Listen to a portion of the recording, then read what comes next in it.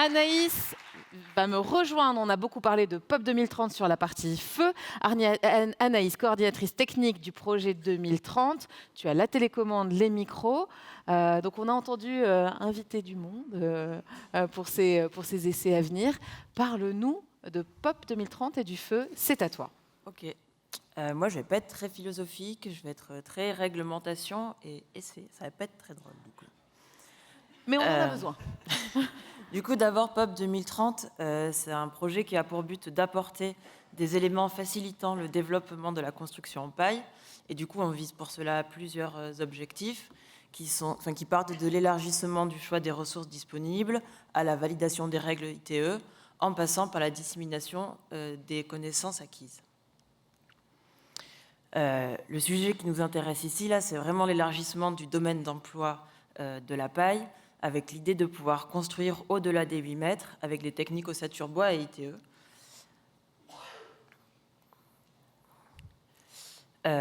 Les systèmes paille, du coup, on a de nombreux systèmes paille. Je ne vais pas en faire la liste aujourd'hui, mais on peut les classifier selon les variantes extérieures et les variantes intérieures. Donc en extérieur, on retrouve des systèmes avec des parements ventilés ou des systèmes avec des enduits chauds ou plâtres. Et les parements intérieurs, on est avec des enduits terre ou plâtre ou des panneaux.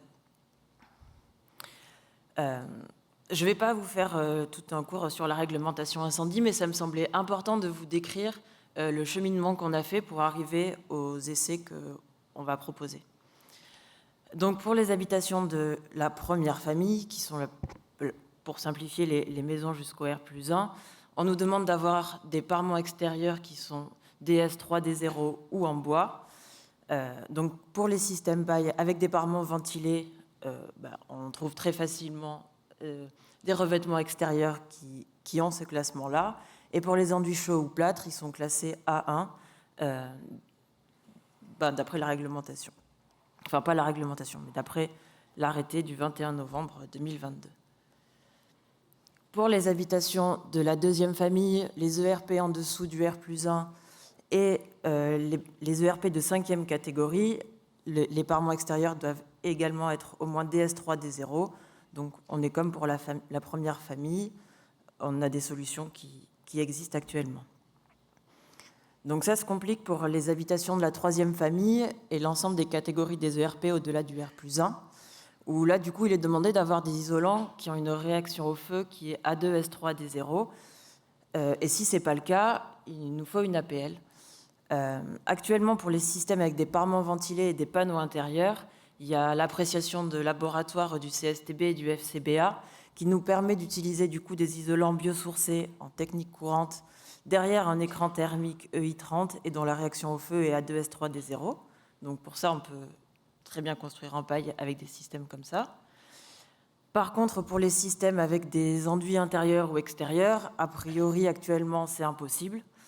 Et donc, dans POP 2030, l'objectif, ça va être justement de créer une appréciation de laboratoire qui va justifier l'efficacité des façades avec enduit. Ensuite, il y a le sujet de la masse combustible qui est prise en compte dans la règle du C+D. La règle du C+D, dans la conception, on sait bien qu'elle est contraignante. Et elle dépend du coup de la masse combustible mobilisable de la paroi. Et si on a un écran thermique EI30 devant, les couches combustibles derrière ne seront pas pris en compte dans ce calcul-là. Donc, dans POP 2030, on va vraiment chercher à qualifier les enduits d'écran thermique EI30, en partie pour cette raison. Pour l'isolation des parois par l'intérieur, pareil, on demande d'avoir des isolants qui sont classés au moins A2S2 D0 ou sinon protégés par un écran thermique un quart d'heure. Donc pour les systèmes avec panneaux, on a déjà des écrans thermiques qui sont qualifiés.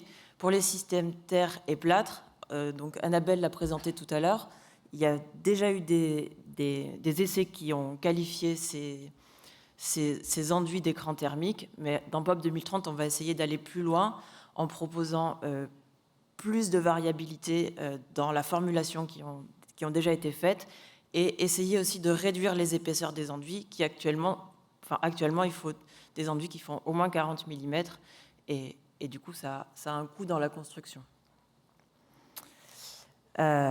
Ensuite, dans la réglementation incendie pour les ERP, on doit aussi faire attention aux isolements par rapport aux tiers. Et il y a aussi des informations sur les façades sans ouverture. Là, on nous demande, la plus petite exigence qu'il y a, c'est REI 30 pour les façades sans ouverture de moins de 8 mètres. Et les exigences les plus courantes, elles sont du coup de REI 120. Et donc pour ça, pareil, on va faire des essais de résistance des systèmes paille enduite avec les différentes formulations et les différentes épaisseurs pour avoir des solutions adaptées aux différentes configurations. Anaïs, nous avons une question. Est-ce que tu peux préciser ce que c'est APL ? C'est une appréciation de laboratoire qui est délivrée... c'est une appréciation de laboratoire, je ne sais pas trop l'expliquer simplement en plus, mais... C'est ce qui va permettre de justifier, là pour le coup, le fonctionnement d'une façade et sa manière de réagir au feu. Merci, c'est très clair. C'est bon ? Oui. Ensuite, du coup, on va travailler sur le feu couvent, qui est quand même une thématique qui est vraiment d'actualité. Dans la réglementation incendie, on met des écrans thermiques, notamment pour limiter le fait que alors moi je vais parler d'isolant, mais en tout cas pour protéger les éléments qui pourraient prendre feu.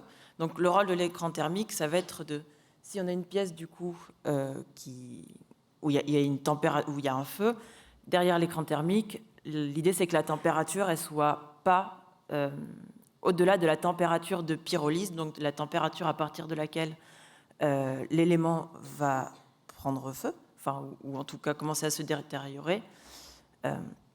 Voilà, donc on a les écrans thermiques qui jouent ce rôle-là, mais en fait on se rend compte qu'ils ne sont pas suffisants, que des fois, même lorsque le feu est éteint, les éléments continuent à monter en température.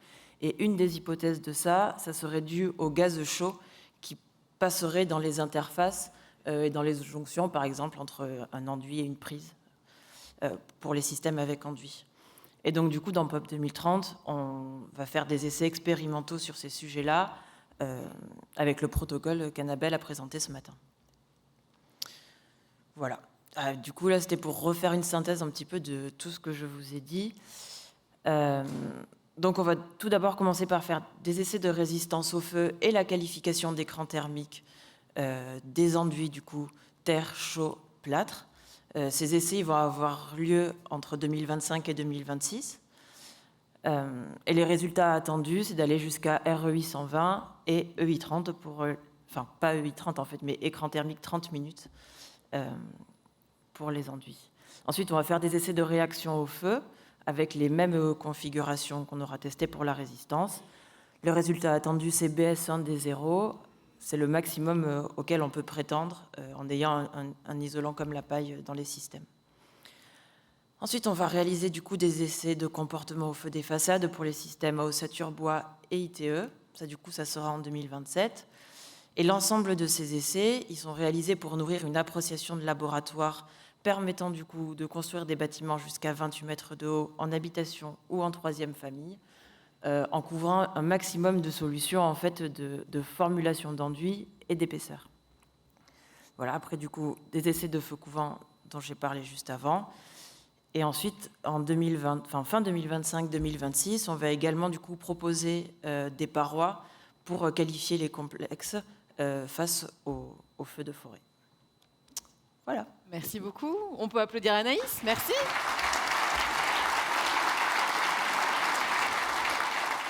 Anaïs, pour que les choses soient très claires pour tout le monde, dans POP 2030, quand tu dis on va, c'est qui on ?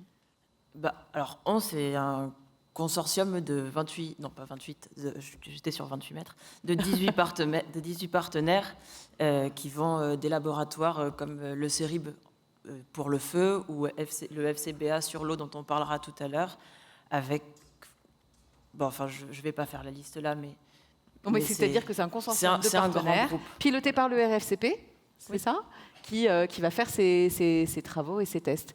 Et tous ces travaux, les résultats seront publiés, ça sera accessible pour tout le monde. Ouais, les résultats ils seront publiés au fur et à mesure du coup sur le site du RFCP. Et vous serez tenu informé dans les newsletters dès qu'il y en aura qui seront accessibles au fur et à mesure du projet. Merci beaucoup.